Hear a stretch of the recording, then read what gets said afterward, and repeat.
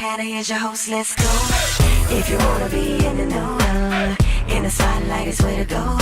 Industry celebrities of every kind.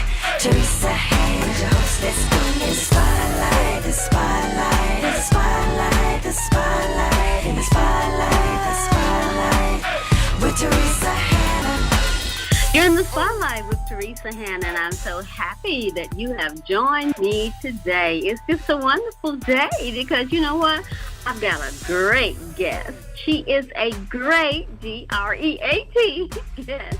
Lisa McClendon is the small-town preacher's daughter who married gospel, jazz, and soul to become today's popular, well, she's actually a giant, gospel neo-soul artist and the foremost musical storyteller of our generation. That's why I'm so excited, ladies and gentlemen, because you're going to be blessed today. She has shared the stage with artists, great artists like Kirk Franklin, Yolanda Adams, Chrisette Mitchell, and Leela James, just to name, that's just a few of them. There's so many. And she has headlined her own tour. She is a megastar. She is a Stellar and Dove Award nominee who has found freedom in her ability to be transparent through her music, letting us all know that we are not alone. And I tell you, we need to know that today. Hello, Lisa. How are you? I am doing absolutely amazing. How are you? I'm doing great now that you're here. Thank you. Great. Thank you. I appreciate it. Thank you. I'm so excited to be talking to you, especially, you know, when you say things like you found that you have the freedom in your ability, that you're transparent through your music. A lot of people are not that way. They may, you know, put on fronts or a big show, you know, but you're here to let us know that these situations and conflicts that come into our lives, hey, we're not alone. It happens to a lot of us, right? Absolutely, it does. It's just a part of life, and we just learn. We learn to navigate. It's an opportunity for us to grow if we allow ourselves to grow. That's right. That's right. Allowing us to grow, and that's so important. You know, who is Lisa McClendon? McClendon. We really want to know who you are. You once said that you were not a people person and that you were satisfied blending into the crowd. Sometimes I kind of feel that way because I like that. I don't want to be, you know, on a pedestal or a platform. I just want to be in that crowd and sway with the people, so forth and so on. But, you know, you are a leader. You know, you're out there on top of that platform, you know, calling out things that are very important to women of today. You know, it's funny, when you get to know yourself, you discover a lot of things that you labeled yourself as you're not, or a lot of labels that you should have labeled yourself and you skipped over you're not. I am absolutely a people person, and what's weird is I forgot that I was for years. And somehow along the way, I adopted this thing that, you know, I'm not a people person. And when you said that, I said to myself, I remember saying that. I used to say that for years. But since my divorce, which is something I know we're going to talk about later, since my divorce, it really took me on a journey to find out who I was, because a lot of times as women, we really want men to know who we are. I want him to get to know me. And it's like you don't even know you, you know. And so for the last almost 3 years, I have really been on a journey to get to know who I am. And so one of the things that I know I am truly a people person. I'm a woman who oh my gosh, I'm always growing and learning. I'm a go-getter. I'm always challenging myself. Very determined. I am a person that likes results. I love results. I'm results driven. In music, in my career, with my family. I mean that's just who I am. Very transparent. And I think transparency comes with the wisdom. It comes with just being comfortable with who you are and trusting who you are, because everybody can't be transparent out of fear, and I just don't have any fear. So I thank God for that. You know, Wow. I love you. I love all of the things that you're saying about you, and particularly that through your music, you have created a what I call a power platform that speaks directly to the issues and triumphs of women. What are some of the things that, or some of the issues that you directly speak of, and also some of the triumphs that you directly speak to us ladies about? Wow. Self-awareness. That's a term that I feel like a lot of times we mistakenly attribute to New Age. And and my thing is, if you don't know who you are, how does anybody else know who you are? And self-awareness, to me, that's one of the starts of self-love. Something that I know personally, I wasn't really taught growing up in church and home. I wasn't necessarily taught to hate myself, but I wasn't taught to love myself. And so it's been drilled in me for years to take care of other people, to look out for the people. We're very good as people in church. We're very good at looking out for the people, taking care of other people, taking care of other people. Don't be selfish. Yeah. And it's funny to me because we totally missed the scripture that says to love your neighbor as yourself. And we just kind of kick us out of the equation. And then what happens for us as women in particular, I learned this from my own situation, is we get heartbroken when people abandon us, but we already abandon us. And one thing as women that I try to get women, I always remind myself, and I try to get other women to understand and remember, is that we're never going to attract what we want. We attract who we are. So one of the ways that I've learned just through reading and through counseling and everything that I've been able to go through, one of the things that I learned is that if you ever want to know what kind of person you are, just kind of sit back and look who you're attracting. Yeah, and then you're just like, okay, I need to make some adjustments. So as my circle starts to change, I know that I'm changing. When people start falling out of my life and backing up from me, I know that I'm changing. When guys, because I'm on the dating scene now, yeah. Okay. So when guys who come with the foolishness start backing off, I was like, yeah, girl. I was like, you on the right track, because all the bobos backing up. But but when Bobo the clown coming up and they stand around, now they might approach, but when they approach and they realize you ain't about games and they back up, that's different. But when they come around and they feel comfortable to stick it out, that's when I say to myself, okay, what I need to tweak. So it's definitely important to know who you are. Love yourself, because if you don't love yourself, you're going to attract people that don't love you either. It's just automatic. It's a given. It's a given. We attract who we are. That's something. Absolutely. That's just something to take a note of, and sit back, ladies, and say, we attract who we are. So we need to take a really good look at who we are, because we want to attract the best king for our lives. Absolutely.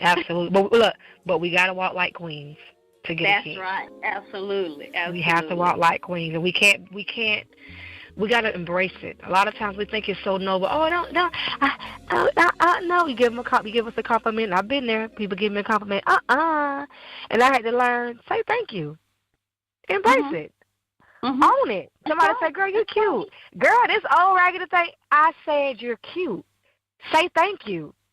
We down ourselves when people are trying to lift us up. And after a while, because we down ourselves, we attract people that down us too. So, absolutely. That's some good stuff, especially for the single ladies listening today. Right. Yes. From your collection of musical pieces, I want to focus in on your relationship collection. In this collection, you reveal the secrets to fulfilling a loving and healthy relationship with God and with yourself and with the world around us. Right. Yes. Comment on that for me. Those three elements are very important. Sometimes we get them, all three, and then sometimes we don't. Sometimes we get them, we don't have them in the proper order. it can be debated whether you love God first or yourself first. I mean, that's almost a thin line. Then it's almost not, because you're like, well, of course you love God first. But then you could also say, well, how can you love God if you don't love yourself?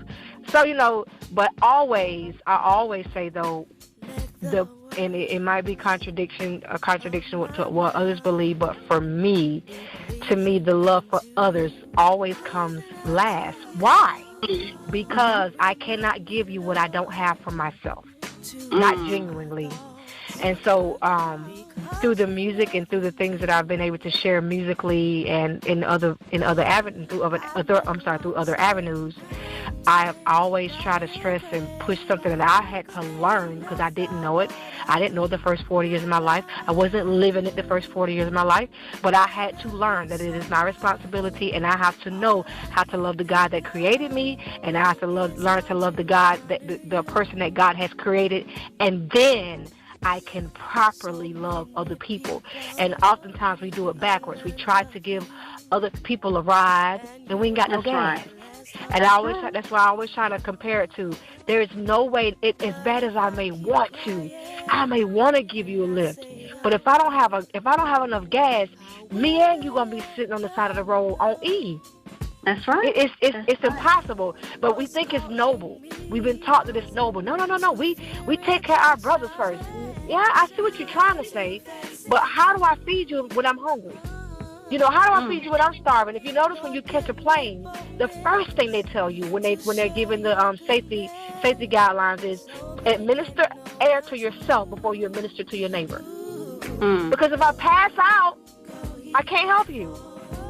That's right. And so a lot of us as women, because we wear so many hats, we're really walking around as zombies because we're depleted. Yeah. We're depleted. Yeah. We're trying to be mom, wife, friend, girlfriend, everything, and then we're angry with the world. We're frustrated with our family because we don't take time for ourselves. We've all been guilty of it, and that's what I try to relay in this music, that it's so important to love God, but it's so important, just as important for you to love yourself so that you can properly love other people. All of those love aspects are very important, all of them. Oh, wonderful. Lisa, can you give us some tips on how to have a loving and healthy relationship with God? That's so important in our lives. Communication. Like for me, there is not a day, I can almost say there's not even an hour that I'm awake that goes by that I'm not saying something to God. Like it's almost like somebody who's walking with you all day and you never say anything to them. Like you're ignoring, and it's a habit that you have to create. If you're not doing it, it's definitely a habit that you have to create. But it's such a good habit. So like when I get up, the first thing I say is, "Oh my God, God, thank you for this day. Thank you for waking me up. I'm so grateful that you're giving me this day." That's one of the first things I say.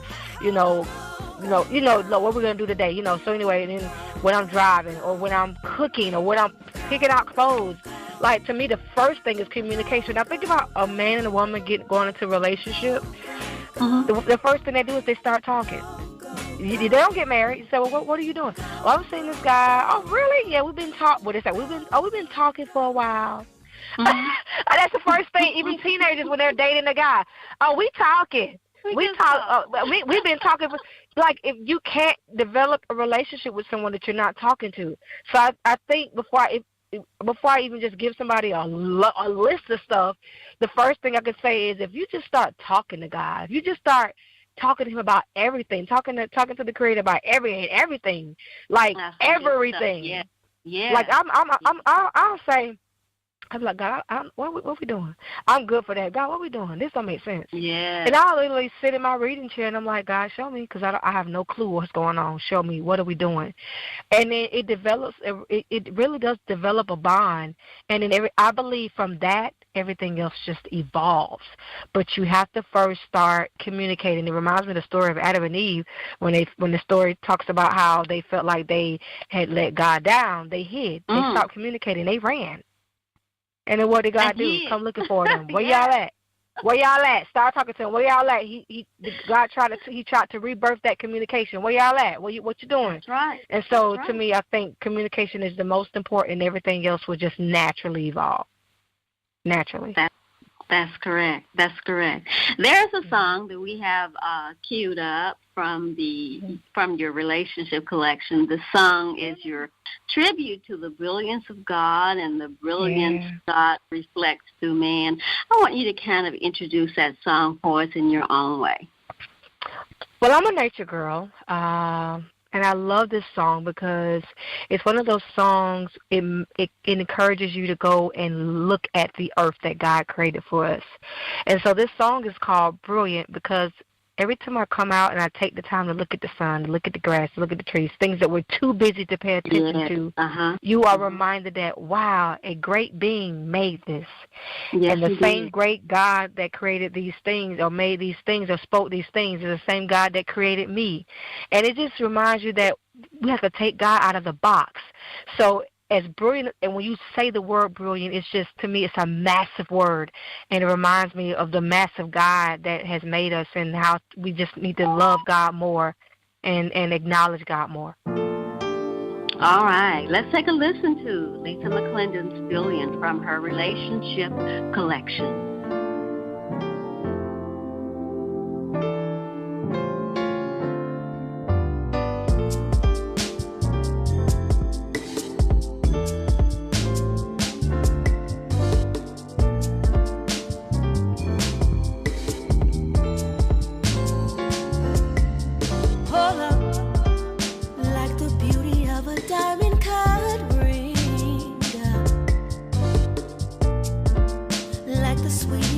Melodies that Ella sings,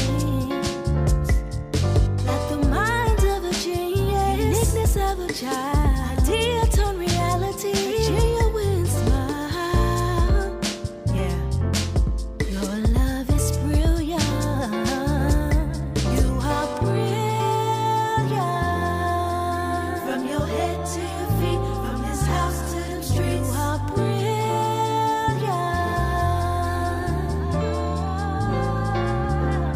You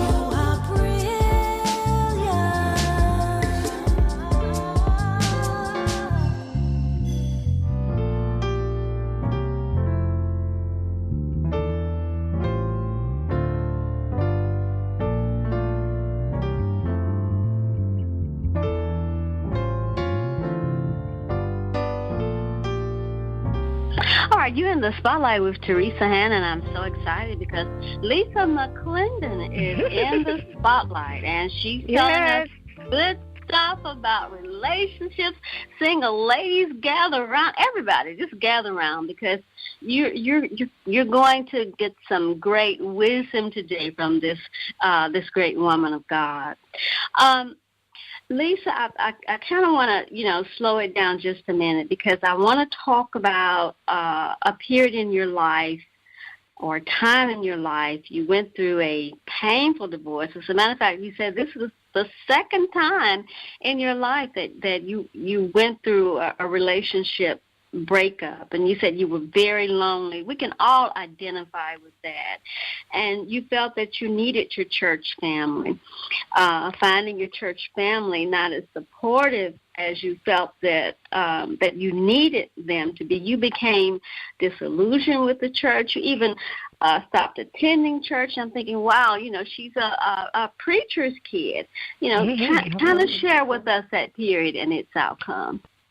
Yeah, it was crazy, but it was so necessary. But so after I went through my divorce, there were some people that reached out to me. I won't say no one did, but but those that were maybe my immediate report of leadership was scarce. I remember even being told that I should come to church, and I'm thinking, I'm in the bed most days crying. I didn't find the strength to come to church, so I'm being told that I have to be at church, that I have to be at life group to get the support that I need. Doesn't sound much like Christ. So it was really disappointing. It's funny because the people, and it might be something hard to swallow for some, and then for others, it might free you to hear this. But the people that really helped me the most and that were there were a lot of people that weren't even church people. Some people that stopped going to church. There were some people of other religions, and I'm just being transparent. There are some people of other religions. It was just all types of different people, and it was like God was like, I can use whoever I want to use. If I could use a donkey, I can use whoever and whatever I want to use to tell you that I still got you. That's and right. So I ended up leaving the church. Oh wow, for about a year, I want to say. I left. I was just like, I can't do this. I just need me and God, because apparently nobody else, whatever. And it was the best thing it was the best move I made for me, and I'll tell you why. I didn't want to go back until my heart was healed, because I did not want to sit in church and judge. I didn't want to sit in church with a hardened heart, with a broken heart, with a heart of unforgiveness, and everything the pastor said. I didn't want to be judging it. I didn't want to judge the people. Oh yeah, they praising God, but they didn't call me. Or they praising God, but they didn't. I didn't want to do that, and so I spent that time building my relationship with God, building my relationship with my children, healing, learning unforgiveness. I was doing a lot of reading. I started meditation, so prayer. We talk a lot about prayer, but we forget the Bible talks about meditation too. So I did a lot of prayer and meditation. To me, prayer is the time that you talk to God. Meditation is the time you listen. And so I did a lot of just praying and then listening to God and then listening to myself and getting in a place of quietness and peace and learning, and learning how to be with myself. I didn't know how to be with myself. Learning how to be with yourself. That is my gosh. Yes. It was terrifying. My life coach was like, I want you to take yourself on dates. I'm like, dates? Take myself on dates? What is that? Who takes themselves on dates? Are you kidding me? I was like, that's crazy. I was like, God made us to need each other. That's dumb. I was just like, I had all my excuses. It was the greatest thing. It was weird for the first 2 or 3 times, and after a while, I was taking my book. I had a book that I was reading. I was taking my journal, and I dropped my kids off, and then I went, and I was like, okay, this is weird. People are out on dates, and I'm by myself, crazy, okay. And I went again. I kept going, because I was accountable to going. By the 3rd or 4th time, I was like, I didn't want anybody talking to me, because I was listening to myself. I didn't want to be interrupted with my own thoughts. I started to learn what I liked. I didn't know what I liked. I started to know what I liked and what I didn't like. I started to learn my boundaries. There you go. It was amazing, because a lot of times we enter in relationships and we don't know ourselves. So we let people enter into our lives, and they can do whatever they want because we don't have boundaries. We don't know. They can spend time to mold us, you know. Honey, I love that. I love that. And they can do it because we don't know, so it gives them free range to mold us however they want. And it was like you said, you know, in the beginning, you were like, and you know, you said that you're not a people person, girl, and I discovered that I love people, and I was people watching, and I was like, whoa, oh my God, I love watching people. I love being around people, and it was amazing. And so I learned so much, but here's one of the most important things that I learned on my sabbatical from church, is that people can't give you what they don't have. And when that snapped in my spirit, when I learned that through books that I read, that was one of the last things that I learned when I was able to go back to church. I was like, I get it. A person can only give you what they have. If they don't have it in them, so when I would go to church, even when I would hear stuff that I may not have agreed with because God had expanded my love, I would sit there and I was like, okay, God, well, that's just where they're at right now. I didn't have it wasn't a judgmental bone in my body. I was just like, the old me would have been like, how they gonna say that? They was a little guy. I was like, no, that's where they are. And God, you're big enough to love them where they are, the same way you're big enough to love me where I am at, and so forth and so on. So it was a great experience, and it brought me back whole. It brought me back healed. It brought me back with more wisdom, more understanding, more compassion, more empathy. And sometimes you have to step back to step forward. So.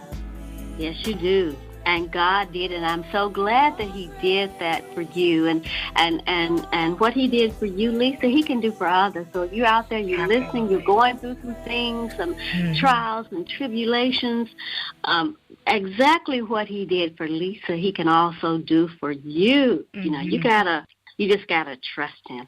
Yeah. From the Relationship Collection, this is Lisa McClendon.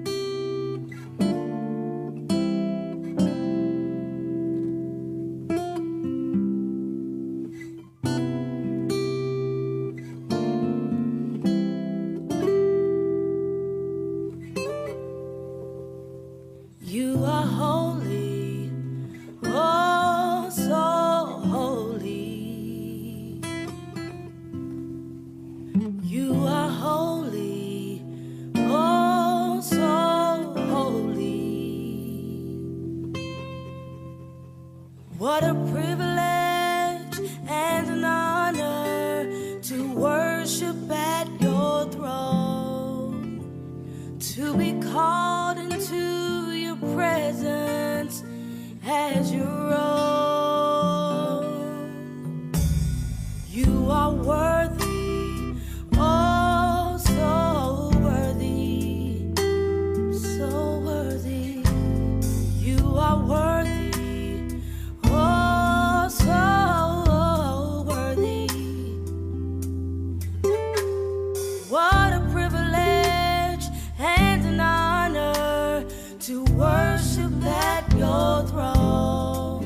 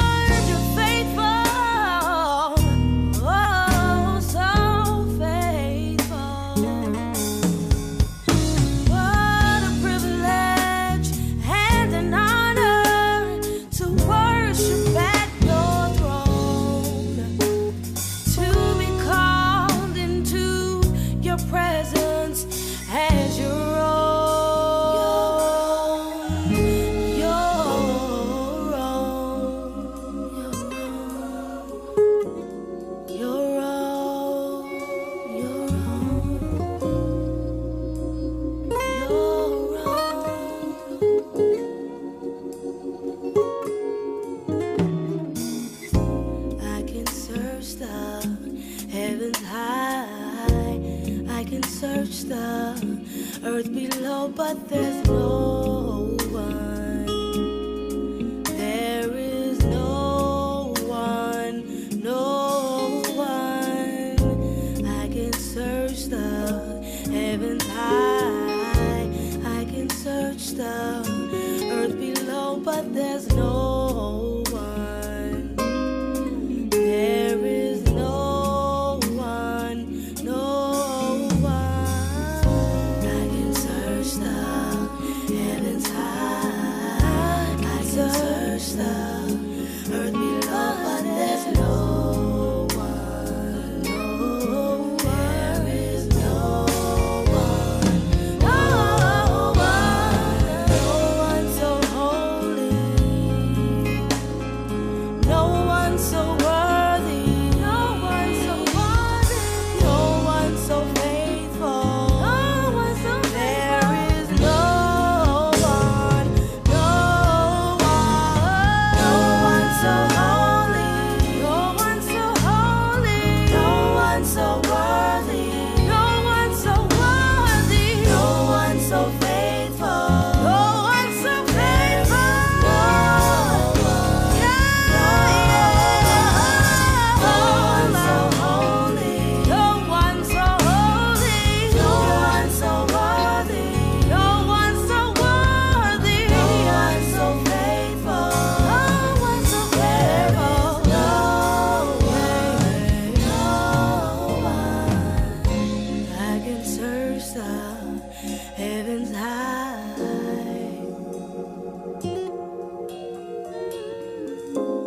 Yeah, yeah.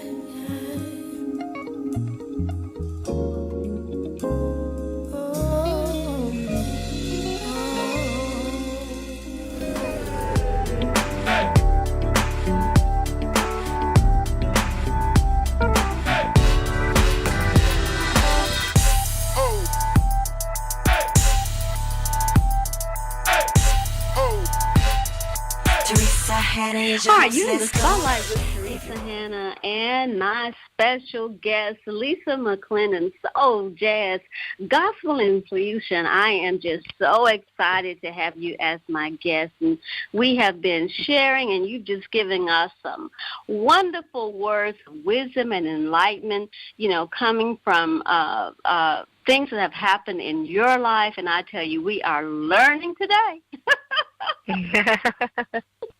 We are learning today. You know, you said that after the Lord told you to go back to church, you said that now you are a stronger and more loving woman. Tell us again, why did that happen? How did it happen? Just understanding that people can only give you what they have. I think that was the biggest, and in addition to that, knowing who I am, growing, being confident in who I am, and in conjunction with having a revelation that people could only give me what they have, I walked back in that church with confidence.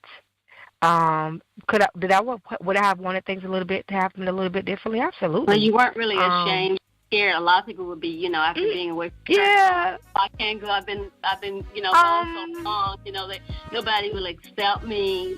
You know. I don't think I really dealt with that as much as I did.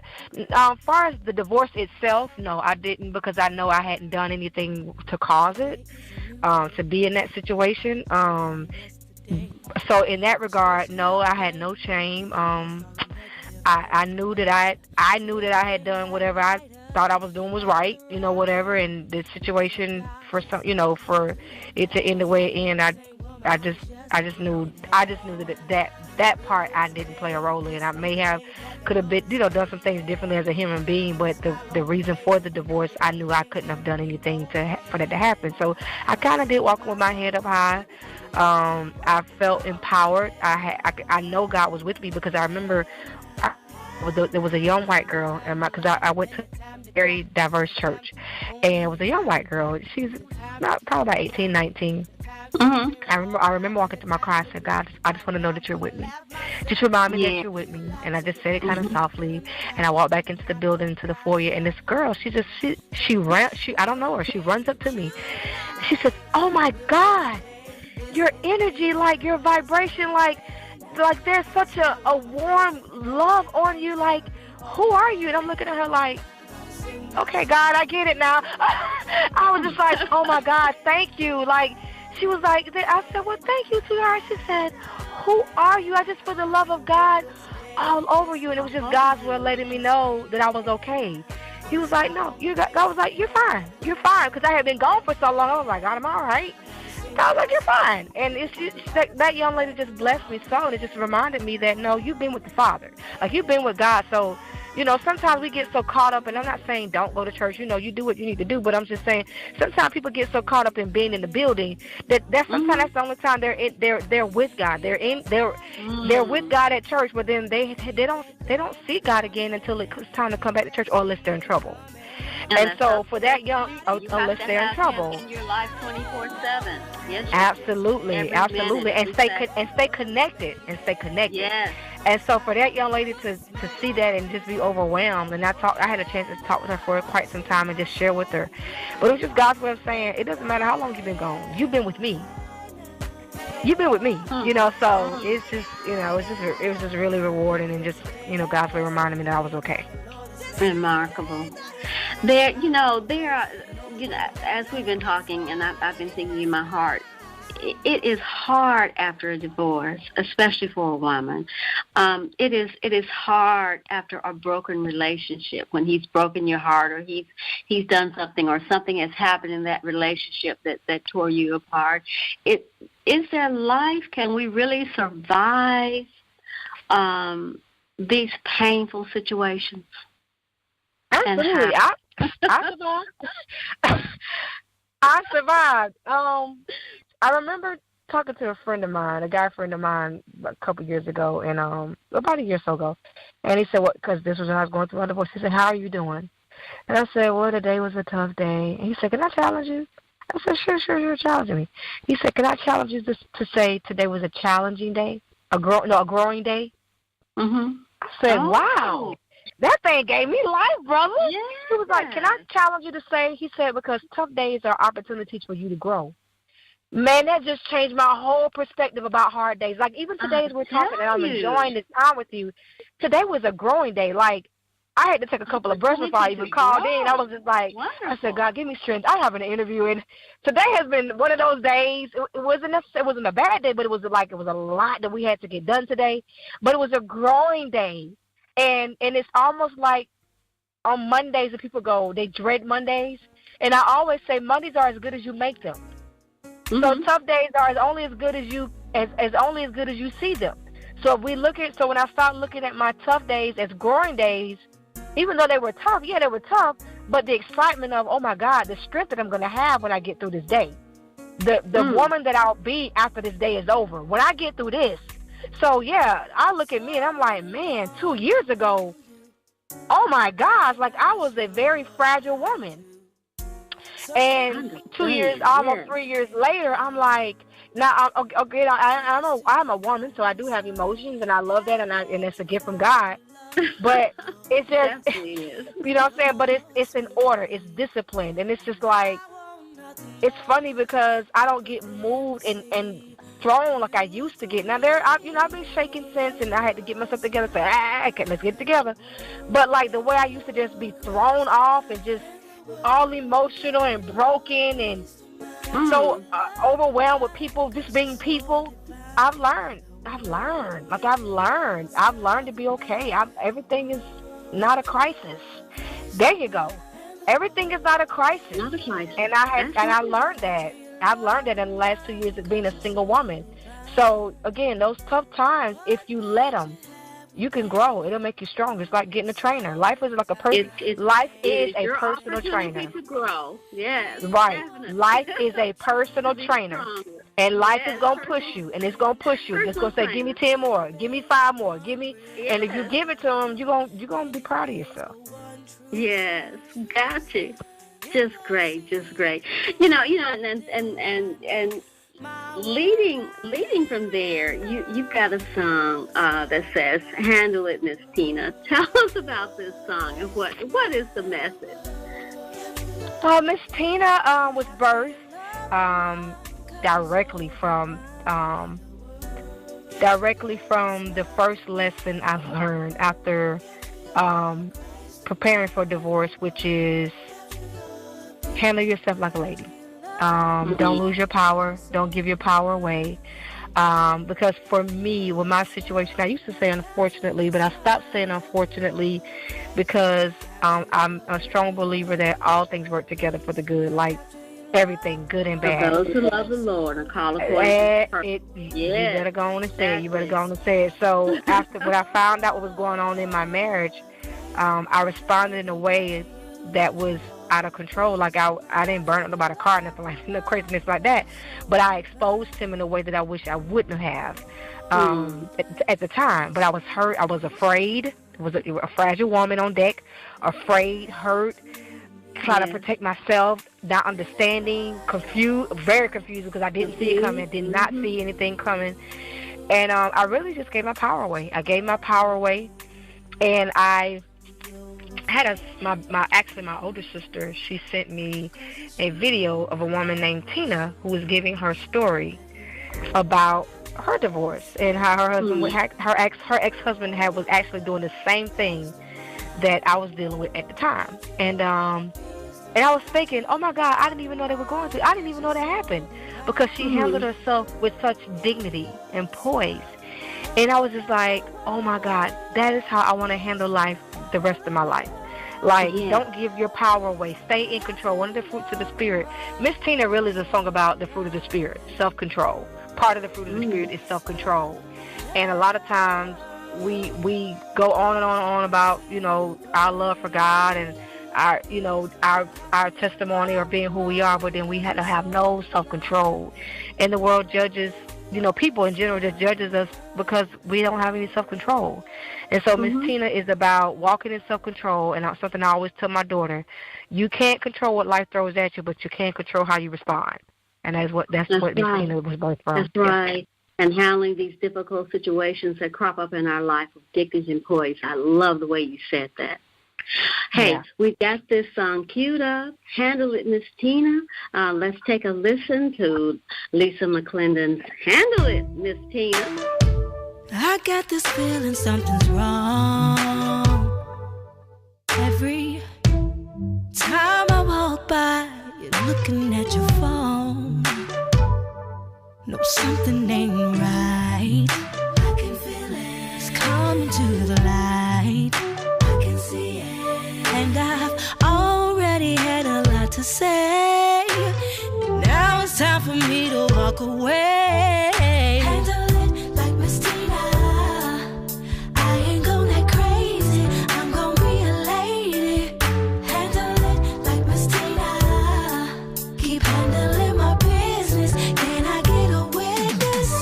Handle it like Miss Tina. Ain't gon' bust the windows at your car like Jasmine. Handle it like Miss Tina. I'm hurting now, but this is not the end. Love will come again. And now that I have finally walked away, I know I'm only walking by His grace. He's given me grace to forgive and given me more grace to live. And I know that everyone's got an opinion, but can I just get back my name? Lisa McClendon.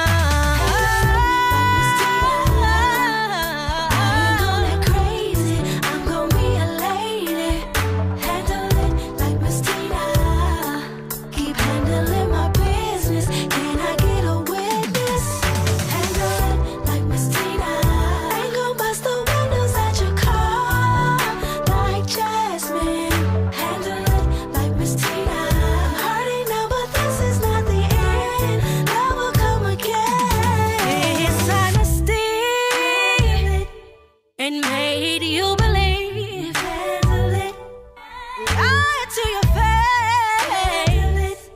but you gon' be okay. Handle it. Lost everything you want. Handle it. But you're still holding on. Handle it. And everyone thought you were finished. But like Miss Tina, you're still winning. Handle it. Handle it like Miss Tina. Keep on smiling. Keep on smiling. Handle it like Miss Tina. Girl, you gotta keep on praying. Keep on praying. Handle it like Miss Tina. Girl, you gotta keep on growing. Keep on growing. Handle it like Miss Tina. Girl, you gotta keep on winning. Keep on winning. Yeah. Handle, handle, handle it. Handle, handle, handle it. Handle, handle, handle it. Eh, eh, eh. Handle, handle, handle it. Handle, handle, handle it. You're in the spotlight with Teresa Hannah and my very special guest. I love her. Bless my heart today, McClendon, talking with wisdom about relationships, some of them broken, and how we need to handle them. And I just love it. Love the songs, all the songs that we've heard from you on today. The last, of course, Handle It, Miss Tina. I tell you, I'm just so excited about your career and what you're doing. I want you, Lisa, to tell everybody, where can we get your music? How can we contact you for booking? Give us all that good information. Let's just take you to a one-stop shop. The best, though, is to LisaMcClendonMusic.com. That's my website, and it will take you to all of my social media pages. It'll also give you information about my new book, which we got to share, or at least give you the link to go there on my new book, so you can get all the information, the booking, the music, Lisa McClendon Music, and McClendon is with 2 C's. I always have to say that it's with 2 C's. It's not McLendon, it's McClendon. So McClendon music.com. All right. Is there a telephone number that we can call? Absolutely. So for booking, that information is on the website as well.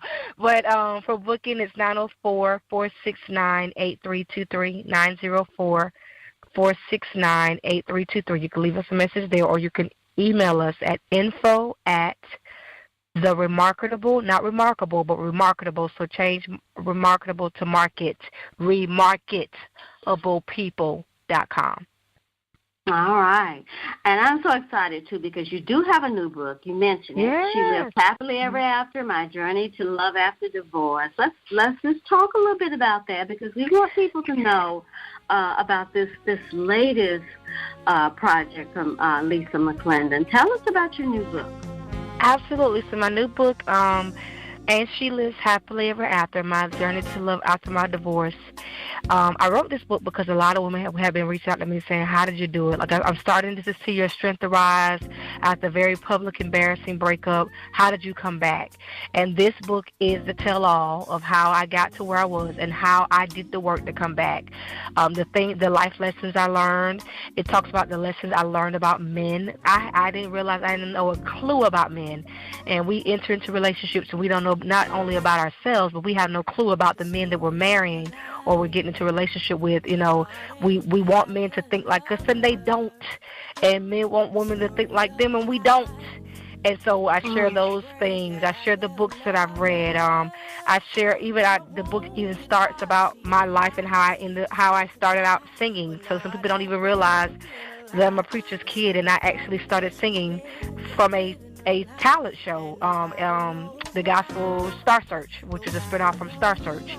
People don't even realize that. They don't even know that I had very, very, very bad stage fright. Like the first part of my career, the first part of my life, I had very bad stage fright. Like, people don't understand, like, all that I went through before anybody knew who Lisa McClendon was. So it's definitely it's a behind-the-scenes all access granted to the Lisa McClendon that you don't hear, even in my transparency, you don't hear on stage or in the music. So it's a little bit more, and it's just, again, it's my gift to women that are going through what I'm going through or what I went through, and still transitioning through, on how you can do this. You can get your life back. You don't have to lose it all. I was married a combination of 20, almost 20 years.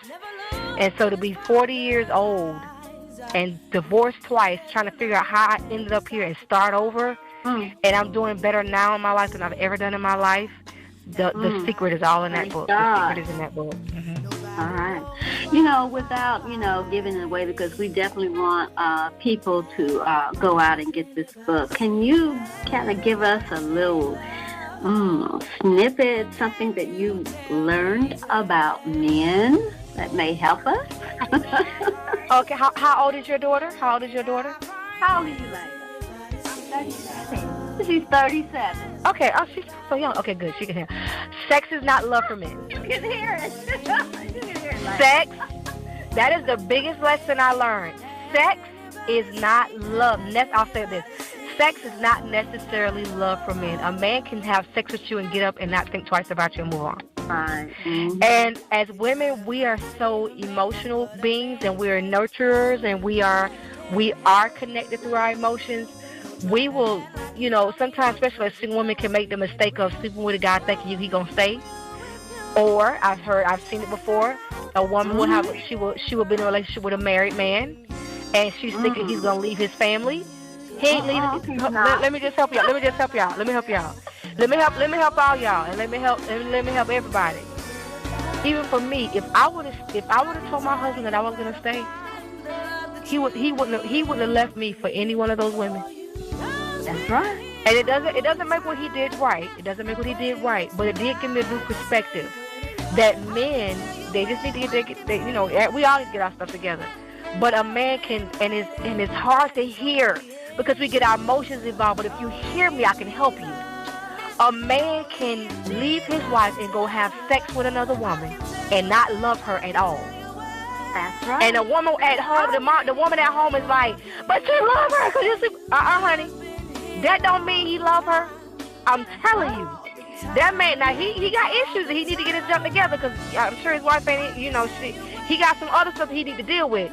But a lot of times, for me, I had a meltdown because I'm like, he love all these women, and he kept trying to tell me I don't love them, and he was right. He didn't. He had another issue he needed to deal with, and so that's one of the biggest lessons I learned about men, and that men are that men's ego is the most fragile thing. Oh my God, I don't care how mad and nasty and mean a man is, I would much rather you leave him than say, because women, we have a tongue that can cut, and it is very difficult for men to heal from the words that women speak, and he will take that hurt and pain to another woman. That's right. So watch what you say. Emasculating a man is the worst thing you can do, is to emasculate a man. That's the worst thing you can do. The worst. Mm-hmm. Well, I tell you, that's some good stuff. That good wisdom. She lives happily ever after. My journey to love after divorce. I can't wait to read it. Did you tell us how to get that book, Lisa? So the book will be available on Amazon by August 3rd. It'll be available everywhere. We have the people that have already pre-ordered will get they will have their copies by next week, and then the rest of the world will be able to get it on Amazon.com on August 3rd. All right. Well, I need to get the book and read it and have you come back on so we can share some more. Yes, absolutely. Have, girl. Absolutely. Excited. Thank you. All right. I am so glad that you took the time to stop by and to be with me and share with me in the spotlight with Teresa Hannah, Lisa McClendon. God bless you. You are a wonderful, wonderful woman of God. I know that you've been through a lot. I know that we all have, but it seems like you have become that role model, something that we can look at and say, hey, she made it through, and, she has the formula, and we're going to read the formula. Yeah. And she lives happily ever after, my journey to love after divorce, so that we can have a better life too. All right. Thank you so much. I wanted to get some final remarks from you. Man, I mean, I just pray that people have just heard what I've like. It is possible to rebound after divorce. Life is not over. It's the toughest divorce days. Or broken relationship. A lot of broken relationship. Thank you for saying absolutely. You're right. It's the toughest days, and this is really hard to do. But I promise you, if you start practicing it, it'll change your life. It's the toughest days. It's on those tough days that you got to learn how to go within. And what do I mean by that is, there were days I wanted to reach out to people and nobody was available. And God was like, because I'm teaching you how to go inside and find the comfort, find the peace, find the joy that I've already put on the inside of you. Because when we don't, we become codependent on people. And when people are not around, that's what God was doing with me when I wasn't in church, when I was just me and him. He was teaching me how not to be codependent. Not that we don't need people. I'm not saying that. But when people are not around, you have to know that everything that you need, God has already put on the inside of you. So learn how to, when you can't, sometimes when you can't get to people, make yourself not and say, nope, I'm going to sit here, I'm going to talk to myself, I'm going to reason this out with myself, I'm going to ask myself how am I doing, I'm going to ask myself what is it that I want, I'm going to ask myself these questions, I'm going to talk to God and work that thing out. And then when you work that thing out, it's going to be such a peace that comes upon you, and then reach out to someone for reinforcement. But I would say, don't get out of the habit of going to people for answers. Go within and go to God for answers, and then let people give you a confirmation. Because sometimes people will mess you up giving you advice that they will do for themselves and wasn't meant for you. That's right. Trust God. You need to be able to go, and when you go there, you be like, okay, I got peace about that. So, yeah. All right. Lisa McClendon, you've been in the spotlight with me, Teresa Hannah. I just thank you so much from the bottom of my heart. Love you, sister. Love you. Praying for your success. Keep those platforms for women available for us. We need you in our lives. Thank you. I appreciate you guys so much. All right. God bless you. God bless you real good. And bye-bye. Bye-bye. Just remember that only crazy people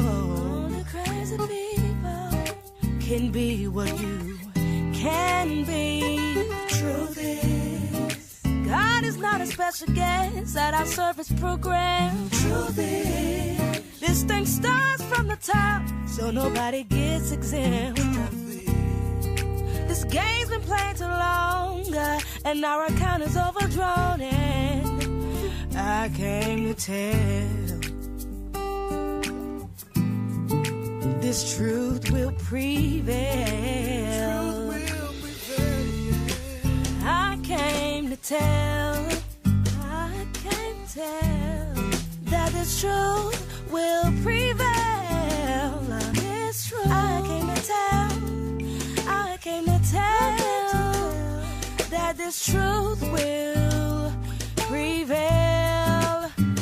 Oh, you're not crazy. One day this world will see what they thought was our insanity. Make them go crazy. Oh, it's all this world's all. See, the carnal mind can't see what you and I can see. It's all. Oh, it's all this world can see. But one day they will see that this world was all vanity.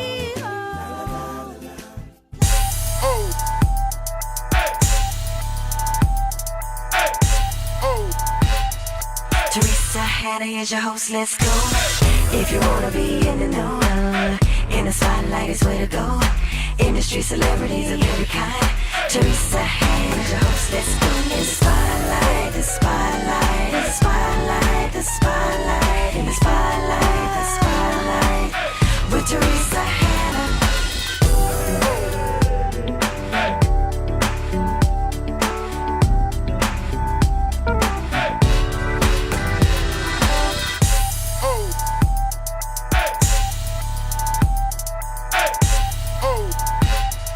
Teresa Hannah is your host, let's go. If you wanna be in the know, in In the spotlight is where to go. Industry celebrities of every kind. Teresa Hannah, your host, let's go. In the spotlight, the spotlight, the spotlight, the spotlight. In the spotlight, the spotlight, with Teresa Hannah.